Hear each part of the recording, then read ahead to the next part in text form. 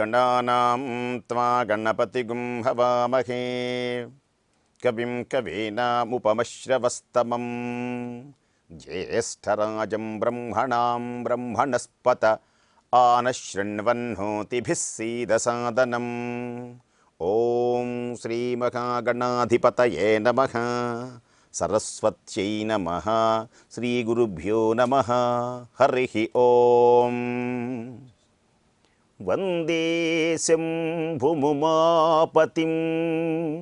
सुरगुरुं वंदे जगत्कारणं वंदे पन्नगभूषणं मृगधरं वंदे पशूनां पतिं वंदे सूर्यशशाङ्कवह्निनयनं वंदे मुकुन्दप्रियं वंदे भक्तजनाश्रयं च वरदं वंदे शिवं शङ्करं। శ్రీ ఉమాసహిత మహేశ్వరుని దివ్య చరణారవిందములకు శతసహస్రకోటి ప్రణామములు సమర్పిస్తూ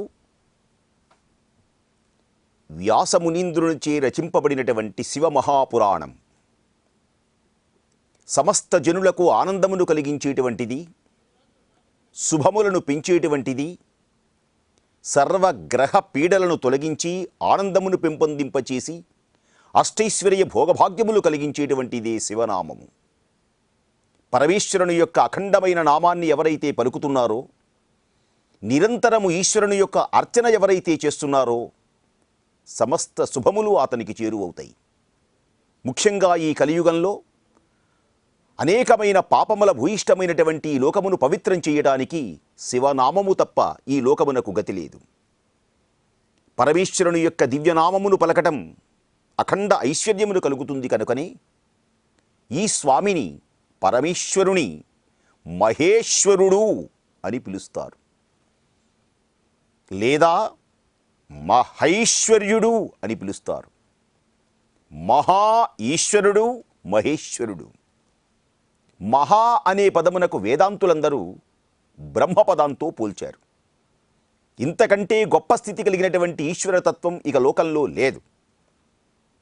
ఐశ్వర్యప్రదాత కనుకనే ఆయనకు మహైశ్వర్యుడు అనేటువంటి బిరుదు ఉన్నది.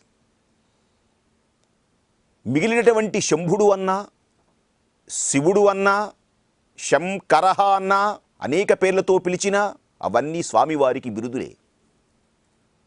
స్వామివారి యొక్క మూలస్థానంలో ఉన్నటువంటి అఖండమైనటువంటి నామము మహేశ్వరుడు. ఈ మహేశ్వరుని యొక్క దివ్య రూపాన్ని మంత్రశాస్త్రాలలో అనేక రకాలుగా వర్ణించారు. ఏమది? శాంతం పద్మాసనస్థం శశిధరమకుటం పంచవక్త్రం త్రినేత్రం శూలం వజ్రం చ ఖడ్గం పరశుమభయదం దక్షభాగే వహంతం నాగం పాశం చ ఘంటాం ప్రళయహుతవహం సాంకుశం వామభాగే నానాలంకారయుక్తాం స్ఫటికమణినిభం పార్వతీశం నమామి. నానాలంకారయుక్తం. శాంతస్వభావుడై ప్రకాశించే మహానుభావుడు. ఈ శ్లోకమును విన్నంత చేతనే మానవులకు ఆనందము కలుగుతుంది. పద్మాసనస్థం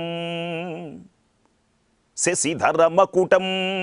పద్మాసనము వేసుకొని చందమామ రేఖ శిరస్సులో ప్రకాశిస్తూ ఉంటే, పంచవక్త్రములతో త్రినేత్రములతో ప్రకాశించే మహానుభావునకు నమస్కారం.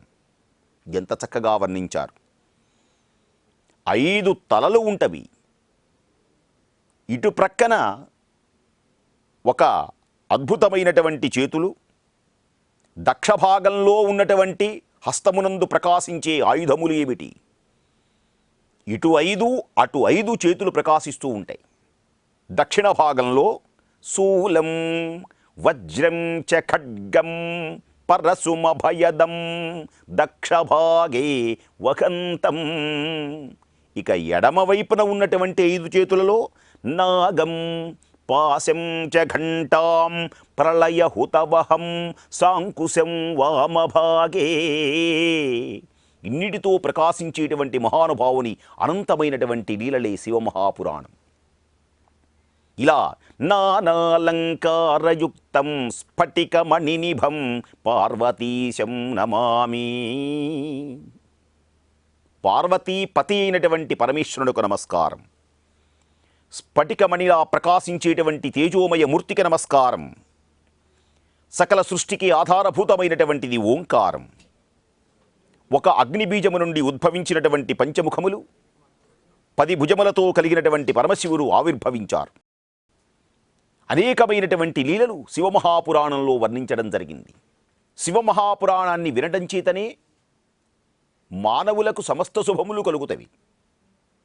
అందుచేత శివమహాపురాణాన్ని ప్రారంభించేటువంటి సమయంలో వ్యాస మహానుభావులు ప్రథమోధ్యాయంలో విద్వేశ్వర సంహితలో ఓం శ్రీ గణేశాయ నమః, శ్రీ గురుభ్యో నమః, శ్రీ సరస్వత్యై నమః, అథ శివపురాణే ప్రథమా విశ్వేశ్వర సంహిత ప్రార్థన. వ్యాసభగం మహనీయులు అన్నారట, ఆద్యంతం మంగళమజాత సమాన భావమార్యం తమీశమజరామర మాతృదేవం పంచాననం ప్రబల పంచ వినోదశీలం సంభావయే మనసి శంకరమంబికేశం. ఆదిలోనే శంకరుని యొక్క దివ్యపాదములకు నమస్కారం, శం కరుణకు నమస్కారం అన్నారు. శం అంటే శుభం అనర్థం, శం అంటే మంగళం అనర్థం, శం అంటే ఆనందం అనర్థం. శంకర శుభములను ఇచ్చేవాడు, శుభములను కలిగించేవాడు, ఆనందాన్ని పెంపొందింపచేసేవాడు, మంగళప్రదమైనటువంటివన్నీ కూడా మనకు కలిగించేవాడు కనుకనే శంకరః. శం అంటే శుభం, అందుకనే శర్మగారు బాగున్నారా అంటారు. శర్మగారు అంటే అర్థమేమిటి అంటే శుభములను కలిగించేటువంటి వాడు అని అర్థం. అందుకనే నమక చమకములలో కూడా శం చమే మయశ్చమే అనుకామశ్చమే సౌమనశ్చమే శం చమే. నాకు శుభములను కలిగించు స్వామి ఈశ్వర మహానుభావ అని ఆ మహానుభావుని కీర్తిస్తూ ఉంటారు. శంకరుని ఆదిలోనే స్వామి అర్చించారు. ఆద్యంతం మంగళమజాత సమాన భావమార్యం.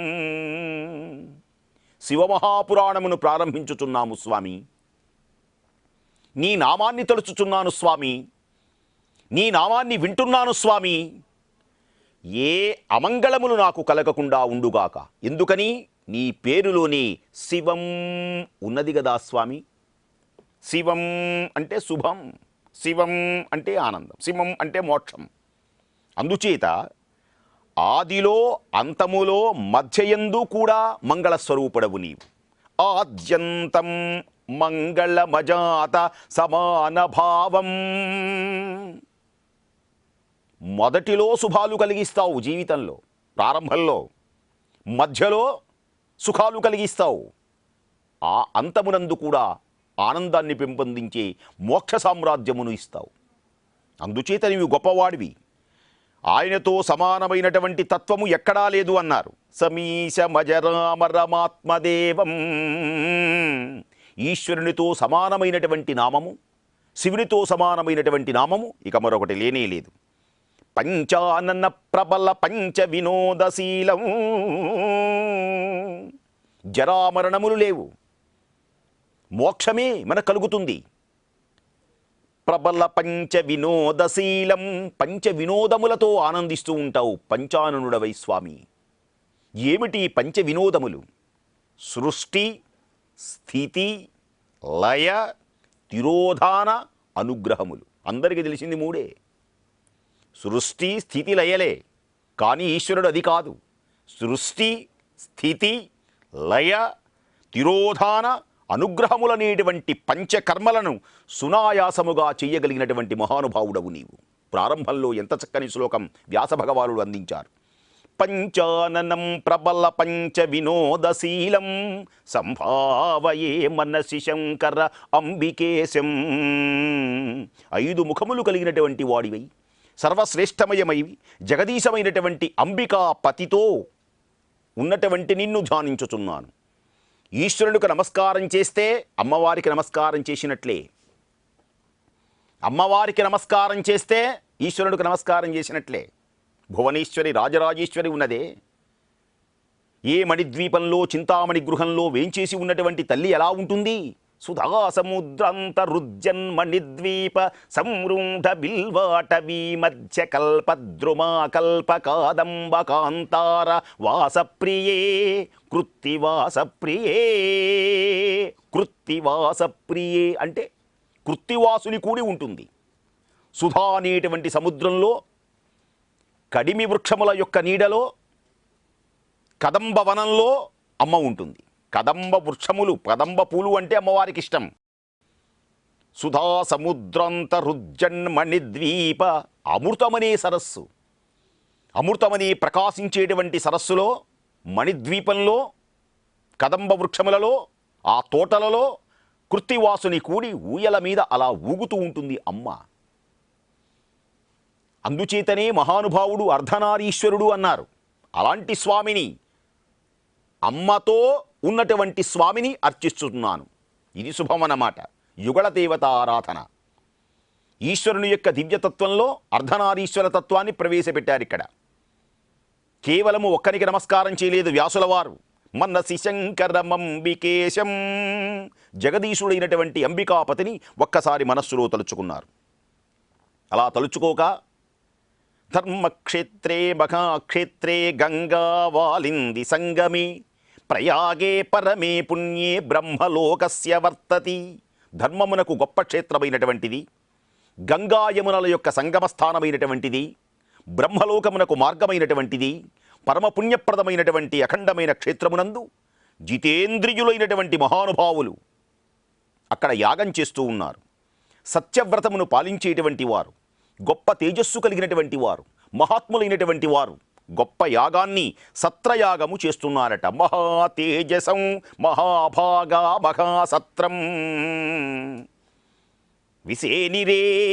మహాసత్రయాగాన్ని చేస్తున్నారు. ఎవరు? మహర్షులు. ఆ మహర్షులు లాంటి వారు తేజోమయమైనటువంటి వారు. తం సత్రం సమాకార్య వ్యాస శిష్యం మహాముని. ఆ దివ్యమైనటువంటి యాగమును చూడాలి అని వ్యాసుని యొక్క శిష్యుడు, పురాణములలో గొప్పవేత్త అయినటువంటి సూతుడు అని పేరు కలిగినటువంటి మహానుభావుడు విచ్చేశాడు. ఈ పురాణాలన్నీ సూత మహామునే. మనకు అనేక గ్రంథాలలో, అనేక పురాణాల్లో తెలుస్తుంది. సూత మహాముని సౌనకాదులకు తెలియచేయటం ఇలాంటివన్నీ కూడా. సూత మహామునుల వారు ఆ జగామా సత్రయాగమును చూడడానికి విచ్చేశారు. సూత మహర్షి వస్తూ ఉండగానే మునులందరికీ ఆనందం కలిగింది. సకల శాస్త్రనిష్ఠాగరిష్ఠుడు, అనేకమైనటువంటి ధర్మసూత్రములను తెలియచేయగలిగినటువంటి విజ్ఞానవేత్త, తపోవంతుడు. ఒక సామాన్య పౌరాణికుడు చెబితేనే మనం ఎంతో ఆనందిస్తాం. మనం పురాణాలు వింటూ ఉంటాం టీవీల్లో. ఆ మహానుభావ ఎంత చక్కగా చెప్పావు అని ఆనందిస్తాం. అనేకమైనటువంటి విశేషములు తెలియనటువంటివన్నీ తెలుసుకుంటూ ఉంటాం. ఇంకా మహర్షులకే తెలియనటువంటి అఖండమైన రహస్యాలు వ్యాసుని శిష్యుడైనటువంటి సూత మహామునికి తెలుసు. అందుకనే మిక్కిలి ప్రసన్నవదనంతో మనస్సుతో శాస్త్రోక్త విధిగా ఆయనను పూజించారట. ఆనందం కలిగింది. తతో వినయ సంపన్నా శ్రోతాంజలియశ్చతే సుప్రసన్నా మహాత్మానం స్తుతిం కృత్వా యథావిధి. చక్కగా తీసుకొని వచ్చారు. ఉచితమైనటువంటి ఆసనం మీద కూర్చోబెట్టారు. కూర్చోబెట్టి రోమహర్షణ అన్నాడు ఆయన. ఆయనకు ఒక అద్భుతమైనటువంటి ఒక బిరుదు ఉన్నది, రోమహర్షణుడు. రోమహర్షణుడు అనేటువంటి ఆ మాటలోనే ఉన్నది. రోమములు అంటే దేహంలో ఉన్నటువంటి రోమాలు. హర్షణ ఆనందంతో పులకరించిపోతావట శివనామం పలుకుతూ ఉంటే. హర హర మహాదేవ శంభో అనగానే రోమాలు గగురు పొడుస్తాయి. రామ్ అనగానే ఆంజనేయ స్వామి వారి యొక్క దేహము ఏ విధంగా ఒక్కసారి అలా గగురు పొడుస్తుందో ఆ విధంగానే శివనామం గనక వినగానే ఆయన ఒళ్ళు పులకరిస్తుంది. కనుకనే ఆయనకు రోమహర్షణుడు అని పేరు. అనంత శక్తివంతమైనటువంటి మహానుభావుడు ఆయన. తేజోమయమైనటువంటి రూపం కలిగినటువంటి వాడు. నీవు సర్వధర్మజ్ఞుడవు స్వామి. మహర్షులందరూ అడిగారు, నీ భాగ్యము గొప్పది అగుట చేతని వ్యాస మహర్షి వద్ద నుండి సమస్తమైనటువంటి పురాణ విద్యలను అలవోకగా నేర్చుకునేటువంటి మహానుభావుడు. రోమహర్షణ సర్వజ్ఞ భవాన్ వై భాగ్య గౌరవాత్. నీ భాగ్యమే భాగ్యం. ఏది భాగ్యము? అందుకని పురాణాలు వినాలి. మానవుని యొక్క భాగ్యము ఏది అంటే భగవన్నామ స్మరణ, పరమేశ్వరుని గురించినటువంటి దివ్యమైనటువంటి శ్రవణమే భాగ్యం. సౌందర్య లహరిలో శ్రీ శ్రీ శంకర భగవత్పాదుల వారంటారు, అమ్మా జగజ్జనని దేవి భగవతి భారతి, నీ దివ్యమైనటువంటి రూపాన్ని చూడాలి అని నేను మనస్సులో అనుకున్నానమ్మా. ఒకప్పుడు మాటలలో వర్ణించాలి అనుకున్నాను నేను, చేతలతో నీకు పూజించాలి అనుకున్నానమ్మా. ఈ లోకంలో అనేక మంది మనస్సులో చాలా అనుకుంటూ ఉంటారు, భగవంతుని చూడాలని, మహాపండితుడు అవ్వాలని, ఏవో చాలా కోరికలు. మనస్సులో ఉన్న కోరికలన్నీ నెరవేరుతున్నవా? నెరవేరటం లేదు. పోనీ మాటలలో కూడా మంచి శ్లోకాలు చదవాలి, మంచి మాటలు మాట్లాడాలి, ఉత్తమమైనటువంటి భాషను ఉపయోగించాలి, గౌరవంగా ఉండాలి అని చాలామంది అనుకుంటారు. కానీ వాళ్ళకు శ్లోకాలు వస్తున్నాయా? కవిత్వం వస్తున్నదా? రావటం లేదే. మనస్సులో ఉంది. కర్మలలో ప్రతి వ్యక్తి పూజలు చెయ్యాలని అనుకుంటాడు తెల్లవారు లేచి, కానీ నిద్ర లేవాలిగా, తీరుబడి ఉండాలిగా. కానీ అతని మనస్సులో ఉంటుంది పూజ చెయ్యాలి, అయ్యో నేను కూడా పూజ చేసుకుంటే బాగుంటు, ఈవేళ నేను కూడా కాస్త ఉపవాసం ఉంటే బాగుండును, నేను ఆలయంలోకి వెళితే బాగుండు, అమ్మవారిని ఒక్కసారి సేవిస్తే బాగుండు కదా అని భావన చెందుతారు. కర్మ చెయ్యాలనుకుంటారు కానీ చెయ్యలేరే. మనస్సులో ఉన్నటువంటి మనస్సులోని యోచన, మాటలలో సూచన, కర్మలో ఆచరణ ఎంతమంది చేయగలుగుతున్నారమ్మా? అనురాగ లహరి, శంకర మనోహరి, సౌందర్య లహరి. నేను నిన్ను మనస్సులో చూడాలి అనుకున్నాను, చూశాను. మాటలలో వర్ణించాలి అనుకున్నాను, వర్ణిస్తున్నాను. ఆయన గ్రంథం పెట్టుకోక్కర్లేదు. అమ్మవారిని చూడగానే హారను పుర్రకిరీట కుండల విభూషిత వయవశోభినీ కారణేశ వరమౌళి కోటి పరికల్ప్యమాన పదపీఠికాం కాల కాల ఫణిపాశ బాణధనురంకుశ మరుణ మేఖలాం ఫాలభూ తిలకలోచనాం మనసి భావయామి పరదేవతాం. ఇచ్ఛాశక్తి, జ్ఞానశక్తి, క్రియాశక్తులకు అతీతమైనటువంటి దివ్య పరాశక్తిని నేను చూడగలుగుతున్నానమ్మా. నోటితో వర్ణించగలుగుతున్నాను, చేతులతో నీకు నమస్కారం చేయగలుగుతున్నాను, ప్రత్యక్షంగా నిన్ను చూడగలుగుతున్నాను. ఇంతకన్నా నాకు భాగ్యమేమున్నది? అందుచేతనే నేను ఈ లోకములో భాగ్యవంతుడను, భాగ్యమనగా నాదే అన్నారట శంకర భగవత్పాదులు. అలాగే ఇక్కడ కూడా మహర్షులందరూ కూడా సూతుని చూచి, స్వామి మా జన్మ తరించింది, అంతేకాదు నువ్వు ఎంత ధన్యుడవు స్వామి, రోమహర్షణ. ఎందుకని? నారాయణ స్వరూపుడే వ్యాసభగవానుడు అంటే. ద్వాపర యుగమునందు శ్రీమన్ మహావిష్ణుమూర్తి జ్ఞానావతారంగా వ్యాసునిగా అవతరించారు. యుగ ప్రారంభమునందు జ్ఞానావతారములో దక్షిణామూర్తి, ఆ నారాయణుడే దత్తాత్రేయునిగా త్రిమూర్త్యాత్మకమైనటువంటి రూపంతో దత్తాత్రేయ స్వామి జ్ఞానావతారం అంటారు వీటన్నిటినీ. మరి ద్వాపర యుగంలో వ్యాస భగవానులే వ్యాసాయ విష్ణు రూపాయ వ్యాసరూపాయ విష్ణవే నమో వై బ్రహ్మనిధయే వాసిష్ఠాయ నమో నమః. నారాయణ స్వరూపమైనటువంటి వ్యాస భగవానుడి దగ్గర అనేకమైన పురాణములు గ్రహించావు. అహో, నీకంటే ధన్యుడెవరు? పురాణ విద్యామఖిలాం వ్యాసాత్ ప్రత్యర్థమీవియాన్ తస్మాత్ ఆశ్చర్యభూతానాం కథానాం త్వమిహి భాజనం. నీకన్న గొప్పవాడెవడున్నాడు? నీకన్న ధన్యుడెవడున్నాడు? నీకన్న భాగ్యవంతుడెవడున్నాడు స్వామి? పురాణ విద్యని సంపూర్ణముగా ఆకలింపు చేసుకున్న మహానుభావుడవు. అందుచేతనే గొప్పదైనటువంటి విలువైన రత్నములు సముద్రమునకు ఆకలమైనట్లు విస్మయము కలిగించేటువంటి అనేకమైనటువంటి గాథలకు నీవు నిధివి, రత్నాకరము. అది సముద్రం పేరు రత్నాకరం. ఆకరము అంటే నిలయం. అనేకమైన వజ్రాలకు నిలయం, రత్నాలకు నిలయం సముద్రం. అలాగే నువ్వు కూడా సముద్రం లాంటి వాడివే. ఆ సముద్రంలో రత్నాలుంటాయి, ఈ సముద్రంలో ఏముంటాయి? శివనామము, శివతత్వము, శివవైభవము, అమ్మవారి యొక్క దివ్య జ్ఞాన సంపన్నమైన అఖండమైనటువంటి ఆణి ముత్యాల లాంటి దివ్య జ్ఞాన సంపన్నములన్నీ నీ అధీనమై ఉన్నాయి. అందుచేతనే నీవు నిధివి, సముద్రము లాంటి వాడివి అన్నారు. ఎంత గొప్ప మాట. రత్నానాం ఉరసారాం రత్నాకర ఇవార్ణవః. సముద్రము ఎంత గంభీరమైనటువంటిదో నీ దివ్యమైనటువంటి నామము కూడా అంత గంభీరమైనటువంటిది. నీ దివ్యమైనటువంటి చర్యలు కూడా అంత గొప్పవే. అందుచేత జరిగినది, జరగబోవునది, సమస్తమైనటువంటిది నీకు తెలుసు. యచ్చ భూతంచ భవ్యంచ, నీకు తెలియనిది లేదు. ఎందుకని? అనేక పురాణములను వ్యాస మహర్షి దగ్గర పొందావు కనుక రాబోయే కాలములో ఏమున్నదో భవిష్యత్ పురాణము అని ఒక పురాణం ఉన్నది. బ్రహ్మవైవర్తక పురాణము అని ఒక పురాణం ఉన్నది. మనం చెప్పుకుంటున్నది శివ మహాపురాణం. ఇవన్నీ ఆయన చదివాడు గనక రాబోయే కాలములో ఎలా ఉంటుందో నీవు చెప్పగలవు. జరిగిపోయినటువంటి అనేకమైన మన్వంతరాల యొక్క దివ్య కథలు ఇది. దీని పేరు ఇప్పుడు మనకు వైవస్వత మన్వంతరం అంటారు. మన్వంతరాలు చాలా ఉన్నాయి. ఈ గడిచినటువంటి మన్వంతరములలో భూతలో అంటే జరిగినటువంటి కాలంలో ఏ విధంగా ఉండేదో నీకు తెలుసు. ఇది వర్తమానం, ఇప్పుడు తెలుసు. భవిష్యత్తు నీకు తెలుసు. వస్తువులలో ఈ ముల్లోకములలో ఏమి జరుగుతున్నదో కూడా తెలుసు. త్వం, నీకన్నీ తెలుసు. నీవు మా భాగ్యవశమున మేము చేసుకున్నటువంటి ఏ పుణ్యఫలమున్నదో నీ దివ్య సందర్శన మహాభాగ్యం కలిగింది. ఈ యాగానికి మీరు వచ్చారు స్వామి. మా జన్మలు తరించినాయి.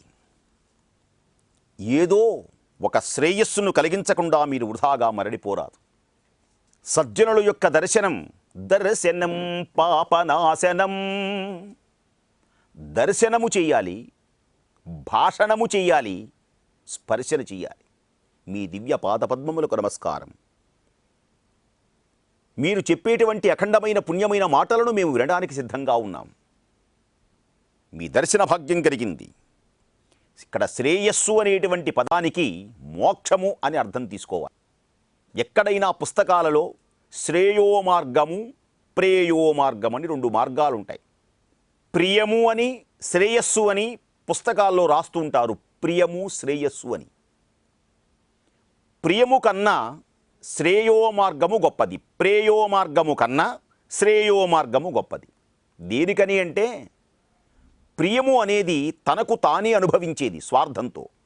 ఒక మామిడి పండుని లొట్టలేసుకుంటూ ఆనందంగా తింటుంటాడు, ఆహా ఓహో అని. ఇది ప్రియం, భలే బాగున్నదే అని. తాను తింటున్నటువంటి ఈ పండుని, ఈ పళ్ళ యొక్క రసాన్ని తాను ఆనందిస్తున్నాడో ఇది కూడా నలుగురికి పెట్టి నలుగురు కూడా ఆనందిస్తూ ఉంటే వారి ఆనందాన్ని చూచి తాను ఆనందాన్ని పొందడం ఏదైతే ఉన్నదో దాని పేరు శ్రేయో మార్గం. ఎంత గొప్ప మాట. తనకు తాను ఆనందిస్తూ లొట్టలు వేసుకుంటూ తినడం గొప్ప విశేషమా? ఈ దివ్యమైనటువంటి ఆ మధుర ఫలాన్ని, ఆ రుచిని నలుగురికి తెలియచేస్తూ ఆనందిస్తూ ఆ నలుగురితో ఆనందాన్ని పంచుకోవడం అనేటువంటిది గొప్ప విశేషమా? ఇదే గొప్పది. అమృతత్వాన్ని కలిగించేది అదే.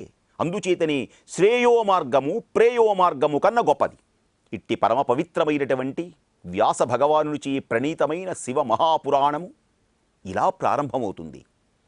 పరమేశ్వరుని యొక్క దివ్యకరుణ అందరి మీద ప్రసరించాలని ప్రార్థిస్తూ ఉమాకాంతాయ కాంతాయ కామితార్థప్రదాయినే శ్రీగిరీశాయ దేవాయ మల్లినాథాయ మంగళం. ఓం మంగళం, ఓంకారమంగళం. ఓం నమః శివాయ మంగళం.